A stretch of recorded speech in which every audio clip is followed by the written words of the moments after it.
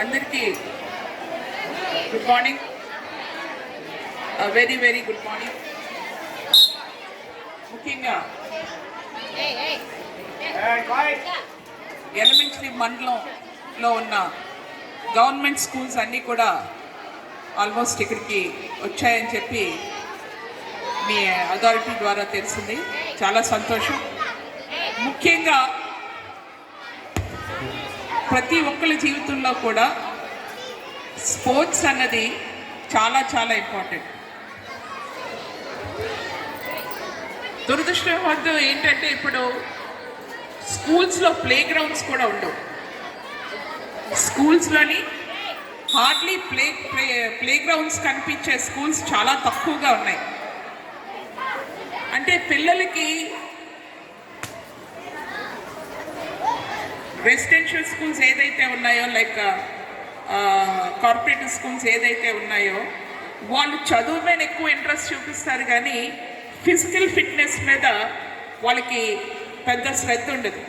అలాంటిది మరి మీ స్కూల్లో మంచి ప్లే గ్రౌండ్ ఉంది, మంచి కోచింగ్ టీచర్స్ ఉన్నారు, పీడీ టీచర్స్ ఉన్నారు, ఫిజికల్ డైరెక్టర్స్ ఉన్నారు.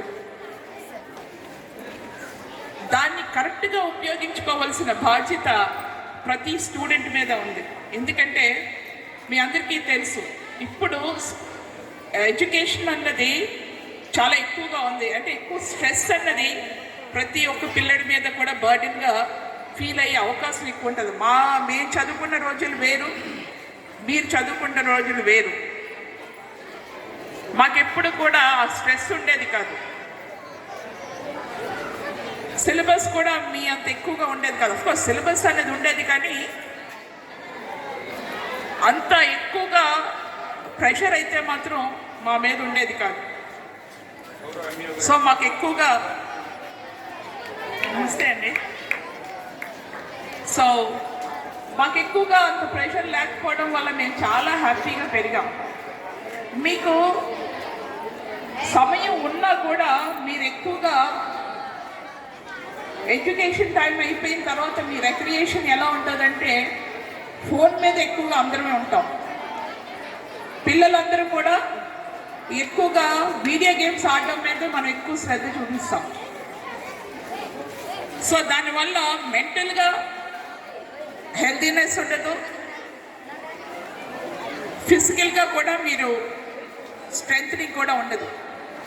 అందుకే పిల్లలు ఎక్కువగా ఈ కాలంలోని చిన్న వయసులోనే నేను చాలామంది పిల్లలు చూస్తున్నాను, ఎక్కువగా వాళ్ళకి కౌన్సిలింగ్ అవసరం ఉంటుంది. ఈ కౌన్సిలింగ్ అవసరం ఉండడం వల్ల ఏంటంటే ఎక్కువగా సైకాట్రిస్ట్ పంపించడం, వాళ్ళకున్న స్ట్రెస్ని ఎలా రిలీవ్ చేసుకోవాలో ఒక డాక్టర్ ద్వారా చెప్పవలసిన పరిస్థితి వస్తుంది. కానీ మీరు తెలుసుకోవాల్సింది ఏంటంటే ఇదే వయసు, ఆడుతూ పాడుతూ ఎదిగే వయసు మీరే. వన్స్ మీరు 10th అయిపోయిన తర్వాత పై ప్రపంచంలోకి వెళ్ళేటప్పటికి మీకు ఇంత సమయం ఉండదు, ఇంతలా మీ మీద శ్రద్ధ చూపించే అవకాశం కూడా ఆ కాలేజెస్ కానీ దేనికి ఉండవు. ఫస్ట్ ఆఫ్ ఆల్ ఇప్పుడు నేను చూస్తున్నాను, డిసిప్లిన్ అన్నది చాలా అవసరం. ఒక విజిల్లో ఇన్ బిట్వీన్ వచ్చింది అంటే అది ఇంకా మీరెవ్వరూ కూడా ఆ డిసిప్లిన్ దీంట్లో లేనట్టే. గుర్తుపెట్టుకోండి, మీకు నచ్చినా నచ్చకపోయినా వర్తకులు ఎవరైనా మాట్లాడేటప్పుడు సైలెంట్గా ఉండి వినాలి. మేము 100 మాటలు చెప్తే అందులో మీకు నచ్చినవి 10 ఉంటాయి. ఆ 10ని కూడా మీరు క్యాచ్ చేయగలిగితేనే you will be a good citizen. అందరమే బతికేస్తాం, కానీ మంచి మార్గంలో బతికే వాళ్ళు చాలా తక్కువ మంది ఉంటారు. కానీ నా ఉద్దేశం ఏంటంటే, మీ అందరికీ తెలుసు, ఏ దేశంలోని లేని సంపద, ఏ దేశానికి లేని సంపద మన భారతదేశానికి ఉంది. అదేంటో మీకు తెలుసా? ఏనన్నా రే బాబు, సంపద అంటే ఏంటో తెలుసా? సంపద అంటే ఏంటి? డబ్బేనా? డబ్బు ఒకటే కాదు. ఆ డబ్బు సంపాదించాలంటే మనిషికి కావాల్సింది ఏంటి? ఆరోగ్యం, మానసిక మంచి పరిస్థితిలో ఉండాలి. మానసికంగా కూడా మీరు చాలా మంచి దీంట్లో ఉండాలి. సో మన దేశ సంపద ఎవరో తెలుసా మీకు? మన దేశ సంపద ఎవరు అంటే మీరే. అది ఏ దేశంలోనే లేదు, అమెరికాలో లేదు, లండన్లో లేదు, ఏ పెద్ద దేశాల్లో కూడా లేదు. ఒక భారతదేశంలో ఉన్నంత సంపద అంటే యూత్ మీరందరూ ఎదిగిన తర్వాత మీరు క్రియేట్ చేసే వరల్డే మన వరల్డ్ అవుతుంది.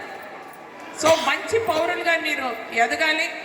మంచి పౌరులుగా ఎదగాలి అంటే స్కూల్స్లో మీ టీచర్స్ చెప్పింది వినడమే కాకుండా ఇలా ఫిజికల్గా మీరు ఫిట్నెస్తో పాటు బయట ప్రపంచంలోకి వెళ్ళేటప్పుడు